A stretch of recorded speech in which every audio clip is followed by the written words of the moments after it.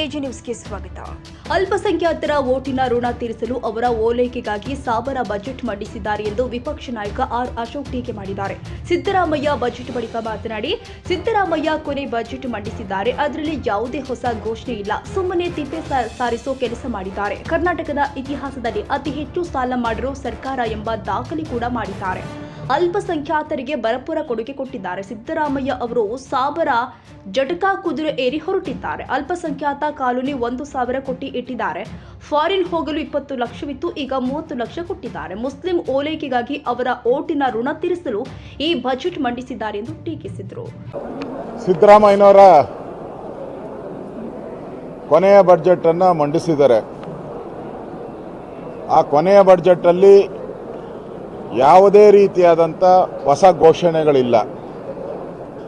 ಅಲ್ಲೇ ತಿಪ್ಪೆ ಸಾರಿಸೋ ರೀತಿ ಇರೋಂಥ ಕಾರ್ಯಕ್ರಮಗಳನ್ನೇ ಮುಂದುವರಿಸುವಂಥ ಒಂದು ವ್ಯವಸ್ಥೆ ಮಾಡಿದ್ದಾರೆ. ಬಿಟ್ಟರೆ ಯಾವುದೇ ನೀರಾವರಿ ಯೋಜನೆಗಳನ್ನು, ಉತ್ತರ ಕರ್ನಾಟಕ ಇರ್ಬೋದು, ಹಳೆ ಮೈಸೂರು, ಯಾವುದೇ ನೀರಾವರಿ ಯೋಜನೆಗಳನ್ನು ಕೇಂದ್ರ ಸರ್ಕಾರದ ಅನುಮತಿ ಆದ ಮೇಲೆ ಮುಂದುವರಿಸ್ತೀರಿ ಅಂತ ಓದಿದ್ದಾರೆ.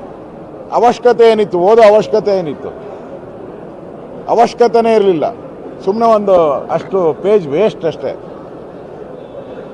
ಮೇಕೆದಾಟು ಇರ್ಬೋದು, ಉತ್ತರ ಕರ್ನಾಟಕದ ಯೋಜನೆಗಳಿರ್ಬೋದು, ಮತ್ತು ಅನ್ನೆಸೆಸರಿಯಾಗಿ ಕೇಂದ್ರ ಸರ್ಕಾರ 3,500 ಕೋಟಿ ಅವರ ಘೋಷಣೆ ಮಾಡಿದ್ದಾರಂತೆ. ಘೋಷಣೆನೇ ಮಾಡಿಲ್ಲ. ನಿರ್ಮಲಾ ಸೀತಾರಾಮನ್ ಅವರು ಕ್ಲಿಯರ್ ಆಗಿ ಹೇಳಿದ್ದಾರೆ, ನಾವು ಆ ಯೋಜನೆಗೆ ಯಾವುದೇ ಹಣವನ್ನು ಕೊಡಲ್ಲ ಅನ್ನೋ ಮಾತನ್ನು ಪಾರ್ಲಿಮೆಂಟ್ ಹೇಳಿದ್ದಾರೆ. ಒಟ್ಟಾರೆ ಇದು ಒಂದು ರೀತಿ ಸಾಬರ್ ಬಜೆಟ್. ಇದು ಒಂದು ರೀತಿ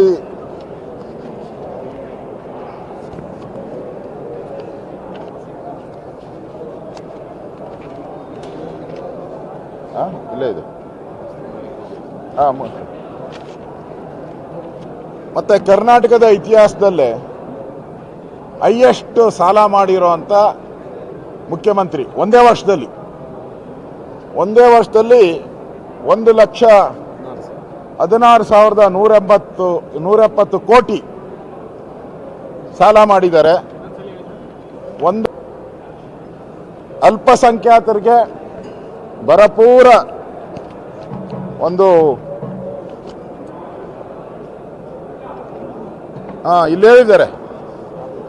ಏನು ಹೇಳಿದ್ದಾರೆ ಅಂದರೆ, ಆನೆಯನ್ನೇರಿಕೊಂಡು ಓದಿರಿ ನೀವು, ಆನೆಯನ್ನೇರಿಕೊಂಡು ಓದಿರಿ ನೀವು, ಕುದುರೆಯನ್ನೇರಿಕೊಂಡು ಓದಿರಿ ನೀವು.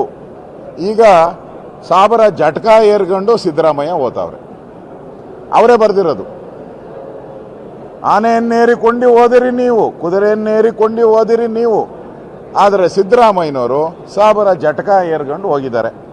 ಏನು ಅವ್ರಿಗೆ ಏನು ಕೊಟ್ಟವ್ರೆ ಅಂತ ಹೇಳಿದ್ರೆ, ಅಲ್ಪಸಂಖ್ಯಾತರು ಮುಖ್ಯಮಂತ್ರಿ ಅಲ್ಪಸಂಖ್ಯಾತರ ಕಾನೂನಿ ಅಭಿವೃದ್ಧಿಗೆ 1,000 ಕೋಟಿ ಅದರಲ್ಲಿ ಕೊಟ್ಟಿರೋವಂಥದ್ದು.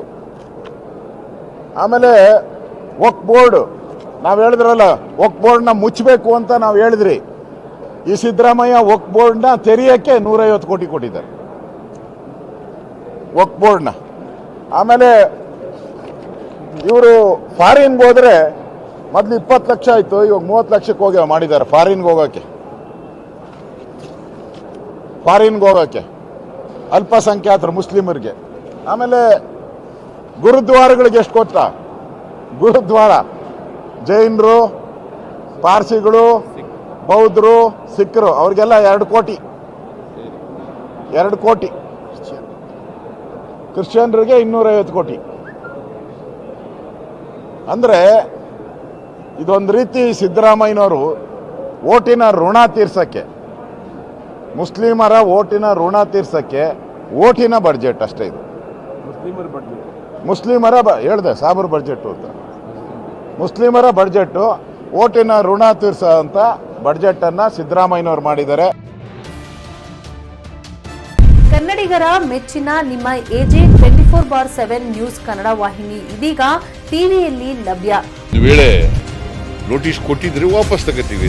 ಇವತ್ತು ವಕ್ಫ್ ಪ್ರಾಪರ್ಟಿ ಅಂತೇಳಿ ಬರ್ತದೆ ಅಂತ ಹೇಳಿದ್ರೆ ರೈತರು ಬೀದಿಗೆ ಬಂದ್ರೆ ಏನ್ ಮಾಡ್ಬೇಕಾಗತ್ತೆ? ಯಾರು ವೋಟ್ ಹಾಕಿಲ್ಲ ಅಂದ್ರೆ ಗ್ಯಾರಂಟಿನೆಲ್ಲ ಸ್ಟಾಪ್ ಮಾಡ್ಬಿಡ್ತೀವಿ. ದೇಶಕ್ಕೆ ಮತ್ತೊಂದು ಹೆಸರೇ ಕುಮಾರಸ್ವಾಮಿ. ಕರ್ನಾಟಕ ಮತ್ತು ದೇಶ ವಿದೇಶ 360 ಡಿಗ್ರಿ ಸುದ್ದಿ ಹಾಗೂ ಉತ್ತರ ಕರ್ನಾಟಕ ಬೆಳಗಾವಿ, ಬಾಗಲಕೋಟೆ, ಧಾರವಾಡ, ಹಾವೇರಿ, ಗದಗ, ಬಿಜಾಪುರ ಜಿಲ್ಲೆಯ ಕ್ಷಣ ಕ್ಷಣದ ವಿವರವನ್ನ ಪಡೆಯುವುದಕ್ಕೆ AJ 24/7 ನ್ಯೂಸ್ ಕನ್ನಡ ವಾಹಿನಿಯನ್ನ ಲೈಕ್ ಮಾಡಿ, ವಿಡಿಯೋಗಳನ್ನ ಶೇರ್ ಮಾಡಿ, ಕಮೆಂಟ್ ಮಾಡುವ ಮೂಲಕ ನಮ್ಮ ವಾಹಿನಿಗೆ ಸಹಕಾರ ನೀಡಿ ಮತ್ತು ಚಾನೆಲ್ ಅನ್ನ ಸಬ್ಸ್ಕ್ರೈಬ್ ಮಾಡಿ. ಧನ್ಯವಾದಗಳು.